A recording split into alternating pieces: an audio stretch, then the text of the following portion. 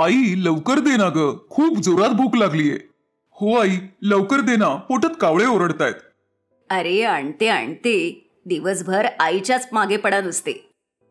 अगं आई, काळजी कशाला करतेस? दादाचं लग्न झालं की वहिनी येईल, मग तर तुला आरामाच आराम मिळेल. अच्छा, वहिनीच का? तू नाही करणार लग्न? कोणी चांगली मुलगी मिळाली तर नक्की करीन, पण आधी तू तर कर. हो हो, मी पण बघेन. बायका आल्यानंतर तुम्ही दोघं त्यांना किती त्रास देता ते. हातात भाजीची कढई घेऊन येता येता उमा म्हणाली, तर तिचं बोलणं ऐकून तिची दोन्ही मुलं हसू लागली. त्यानंतर सुशील आणि अनिल बोटं चाटत चाटत जेवू लागले. आणि मग अच्छा, अजून एक गोष्ट आई, तुझ्या हाताला जी चव आहे ना ती कुठेच मिळणार नाही. असू दे, बोल बच्चन. जेव्हा तुझी बायको येईल तेव्हा तिला विचारीन कोणाच्या हाताला जास्त चव आहे ते. वा आई वा, काय बोललीयस तू. ओय, तू गुपचूप जेवून घे. जास्त बोललास ना तर तुझंच लग्न आधी करीन, समजलं ना? सुशीलचं हे बोलणं ऐकून उमा विचार करू लागली आणि ती म्हणाली, तशी आयडिया चांगली आहे. म्हणजे कुठली कल्पना आई? अनिल पण आता लग्नाच्या वयाचा झालाय, ठीकठाक कमाई पण करतोय, त्यामुळे तुमच्या दोघांचं लग्न एकत्रच करते. अरे अरे, हे काय मध्येच? लग्नाचं बोलणं तर आपण दादाबद्दल करत होतो ना. त्याचं कर ना, मला यापासून लांब ठेव. आणि तसंही मी ऐकलंय. काय ऐकलंयस तू? अरे मी ऐकलंय, एक भाऊ दुसऱ्या भावावर तोपर्यंतच प्रेम करतो जोपर्यंत तो नवरा होत नाही, की मग सगळंच संपतं. हो ना गाई? असं कसं? मी आहे ना सगळ्यांना धरून ठेवायला. उमा हे फक्त वरवर बोलत नव्हती. बराच विचार केल्यानंतर काही दिवसांनी उमा 2 सुंदर सुनांना आपल्या घरी घेऊन आली. आपल्या दोन्ही मुलांचा संसार बघून ती खूप खुश होती. पण हे वाटतं तेवढं सोपं नव्हतं. खरी परिस्थिती अजून वेगळीच होती. काही दिवस तर सगळं छान चाललं, पण एक दिवस, अहो मला तुमच्याशी बोलायचंय. काय झालं? बोल. अहो ती अनिता, ती तर खूपच फालतू खर्च करते. म्हणजे असं काय केलं तिने? जेव्हा बघावं तेव्हा स्वयंपाकात पनीर, चाप, चिकन, बस हेच सगळं बनवते. मग काय झालं? होतंय हे की जे राशन 5-6 हजारात पूर्ण व्हायला पाहिजे, या मॅडममुळे 12-15 हजार लागतायत. असंच चालू राहिलं ना तर आपण रस्त्यावर येऊ. आपली बायको सुनीताचं बोलणं ऐकून सुशीलही विचारात पडला. पण हे सगळं केवळ या खोलीतच सुरू नव्हतं, तर दुसऱ्या खोलीतही हीच परिस्थिती होती. छोटा भाऊ अनिलची बायको अनिताही आपल्या मोठ्या जावेची तक्रार करत होती. हे बघा, हे असं चालणार नाही, मी सांगून ठेवते.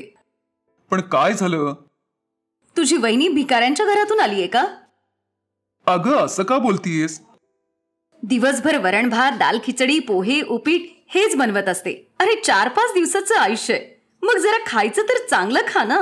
दोन्हीकडे अगदी सारखीच परिस्थिती होती. सुनीताला तिची जाऊ अनिता खूप खर्चिक वाटायची, तर अनिताला मोठी जाऊ सुनीता 1 नंबरची कंजूस वाटायची. हळूहळू या तक्रारीचं रूपांतर रोज रोजच्या भांडणामध्ये आणि तू तू मैं मध्ये बदललं. शेवटी उमाने वैतागून घरातल्या किचनची वाटणी केली.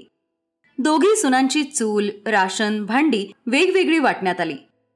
दोघी सुना वेगवेगळ्या वेळी स्वयंपाक करायला लागल्या आणि स्वयंपाकघराच्या या वाटणीमुळे दोन्ही भावांनी आपापसात बोलणंही बंद केलं.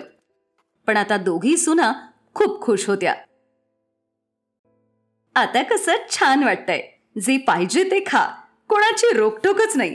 आता मज्जा येईल. जेव्हा हे असलं खाणं खाऊन पोट बिघडेल ना तेव्हा कळेल. दुसरीकडे उमा या सगळ्यासाठी अजिबात खुश नव्हती. ती केवळ याच विचारात असायची की दोन्ही सुनांमध्ये एकोपा कसा निर्माण होईल आणि त्यांचं स्वयंपाकघर पुन्हा एक होईल. मग तेव्हाच उमाला एक कल्पना सुचली. जेव्हा किचनमध्ये कोणीच नव्हतं तेव्हा उमा गुपचूप किचनमध्ये येऊन अनिताच्या पिठाच्या डब्यातून खूप सारं पीठ काढते. मग संधी बघून अनिताच्या सिलेंडरचा पाईप काढून सगळा गॅस खिडकीच्या बाहेर काढून टाकते. उमा रोज असंच करू लागली. कधी ती डाळ काढायची तर कधी तांदूळ कमी करायची. यामुळे दोघी सुनांचं राशन खूप लवकर संपायला लागलं. दोन्ही भावांवर डबल खर्चाचं ओझं वाढलं. आणि मग एक दिवस, अरे यार अनिता, कुठून आणू एवढे पैसे? एवढं असं काय बनवतेस रोज जे महिन्याचं राशन 15 दिवसातच संपलं? असं कर, तू हे राहू दे, आईच किचन सांभाळेल, तुझ्याकडून हे होणार नाही. तिकडे दुसऱ्या खोलीतही अशीच परिस्थिती होती. एकतर सारखं सारखं खिचडी वरण भात खाऊन मीच वैतागलोय आणि तुझं राशन एवढ्या लवकर कसं संपतं मग? हा, सिलेंडर एकावर एक मागवतच राहतेस. बस, आता खूप झालं. तुला तुझ्या माहेरी जायचं असेल तर जा. इथे एकच किचन चालेल आणि ते माझी आई बघेल. समजलं तुला? उमाची आयडिया यशस्वी झाली. दोघी सुनांना जेव्हा हे प्रश्न सुटले नाहीत तेव्हा दोघींनी हार मानून समेट करण्याचा निर्णय घेतला.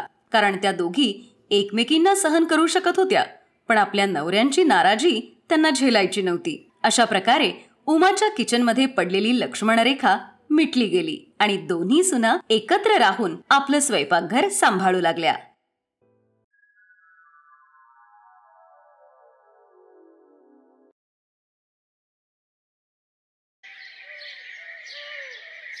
नागपूरमध्ये आशादेवी आपली 2 मुलं आणि सुनांबरोबर राहत होत्या. त्यांच्या मोठ्या सुनेचं नाव सुमन आणि धाकट्या सुनबाईचं नाव निधी होतं. आशादेवी स्वभावाने खूप कंजूस होत्या आणि त्यांच्या दोन्ही सुनांना त्यांचा हा स्वभाव अजिबात आवडत नव्हता.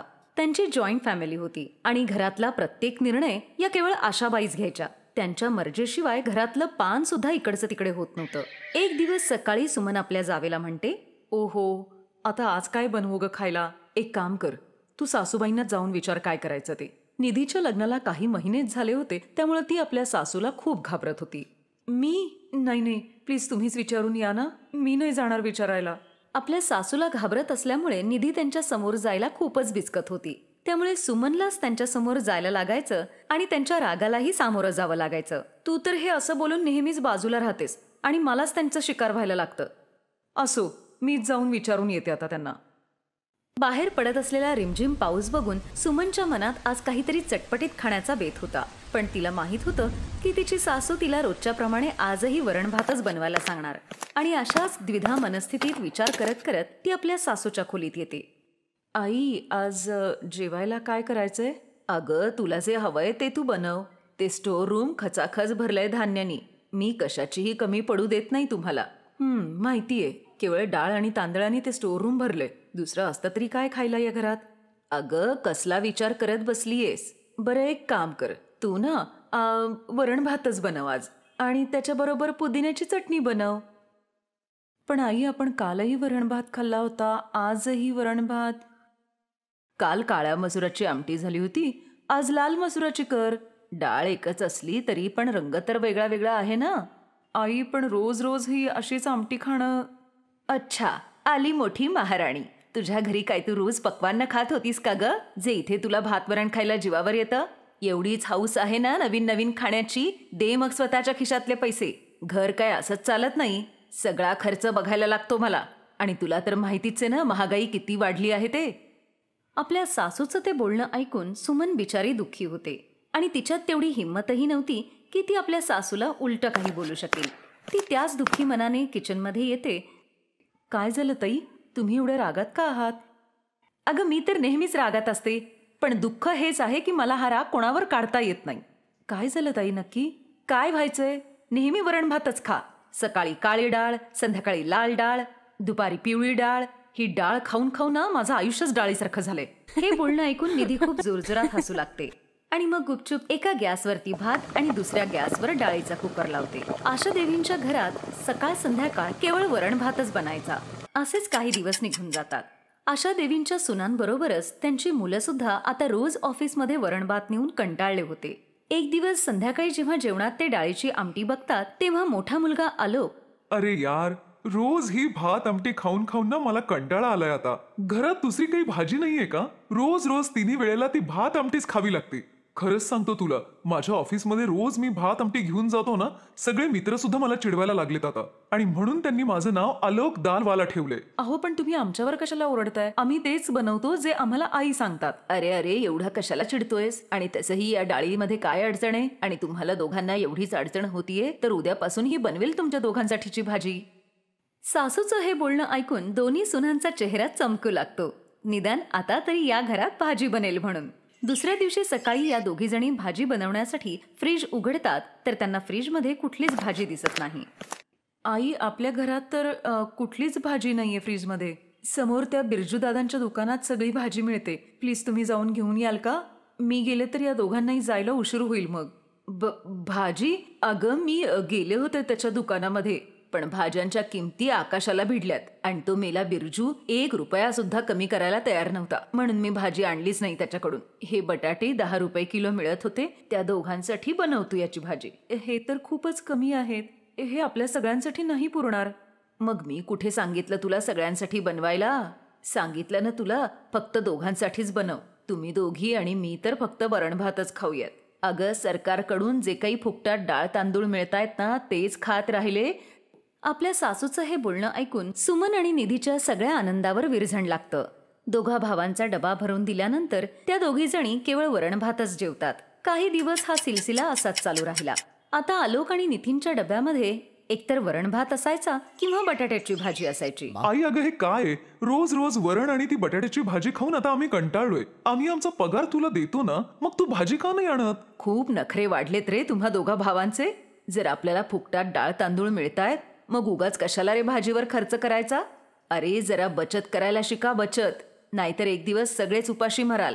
आणि जोपर्यंत मी जिवंत आहे तोपर्यंत या घरात हेच बनत राहील. आशा देवी कधीच कोणाचं म्हणणं ऐकून घेत नव्हती आणि याचाच परिणाम म्हणून दोघही भाऊ गुपचूप बाहेर खाणं खाऊ लागले आणि रोज बाहेरचं खाणं खाऊन त्यांचं पोट खराब होऊ लागलं. एका रात्री दोघही पोट धरून जोर जोरात ओरडत होते. सुमन, माझ्या पोटात खूप दुखतंय ग. लवकर तू डॉक्टरांना फोन करून बोलवून घे. तेव्हा सुमन सुद्धा चक्कर येऊन खाली पडते. अरे देवा, हे सगळं नेमकं काय चाललंय? सुमन अगं उठ. आई मी आत्ता डॉक्टरांना फोन करून बोलावते. थांब जरा, डॉक्टरांना बोलवायची गरज नाहीये. मी आत्ता तुमची दृष्ट काढते आधी. देवा देवा, नक्कीच माझ्या घराला कोणाची तरी नजर लागलेली दिसतीये. बास करा आई आता, खूप झाला तुमचा कंजूसपणा. निधी लगेच डॉक्टरांना फोन करून घरी बोलावते. या दोघांनीही बाहेरचं खाणं खूप खाल्ल्यामुळे त्यांचं पोट खराब झालेलं आहे. मी त्यांना इंजेक्शन आणि काही गोळ्या दिल्या आहेत. थोड्या वेळात त्यांना बरं वाटेल. आणि तुमची सुनबाई बहुतेक भाज्या नीट खात नसल्यामुळे आवश्यक ती पोषक तत्व त्यांच्या शरीराला मिळत नाहीत. त्यामुळे मी त्यांना मल्टीव्हिटॅमिनचं एक इंजेक्शन दिलंय. काही वेळातच त्यांनाही शुद्ध येईल. पण यांनी जर सगळ्या भाज्या खाल्ल्या नाहीत तर काही दिवसातच पुन्हा त्यांना हॉस्पिटलमध्ये ऍडमिट करावं लागेल. तुम्हा लोकांना समजत कसं नाही? आशा देवीला आपल्या चुकीचा पश्चाताप होतो आणि मग ती म्हणते, यात यांचा काही दोष नाहीये डॉक्टर साहेब. माझ्याच कंजूसपणामुळे मी राशनमध्ये फुकटात मिळालेल्या डाळ तांदळातूनच यांना वरण भात बनवायला सांगायची. पण आता मला माझी चूक कळालीये. आतापासून मी हा माझा कंजूसपणा सोडून देईन आणि मी माझ्या मुलांना रोज वेगवेगळ्या भाज्या खायला देईन. वेगवेगळ्या प्रकारच्या स्वादिष्ट भाज्या बनू लागल्या आणि वरण भात आता आठवड्यातून केवळ 2च वेळा बनत होता. आणि आता घरातले सगळेजण या चविष्ट भाज्या खाऊन खूप आनंदी होते. Best buddies. हॅलो मित्रांनो, हा व्हिडिओ पाहिल्याबद्दल धन्यवाद. जर तुम्हाला हा व्हिडिओ आवडला असेल तर कृपया लाईक, सबस्क्राईब आणि कमेंट नक्की करा. आणि हो, शेअर करायला पण विसरू नका. अजून असेच मजेदार व्हिडिओ पाहण्यासाठी खाली दिलेल्या घंटीला दाबा. बघत रहा बेस्ट बडीज.